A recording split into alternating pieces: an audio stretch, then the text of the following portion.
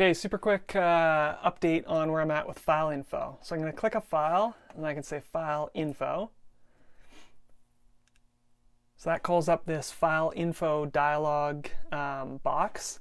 Now watch what happens as I cursor around back here. See, so the dialog acts as a floating palette and takes the information of what it is I've selected. So I can hit lock here to uncheck that, and the lock icon disappeared or reappeared. I'm going to click on this name here, and instead of hostages, I'm going to rename it to Apple.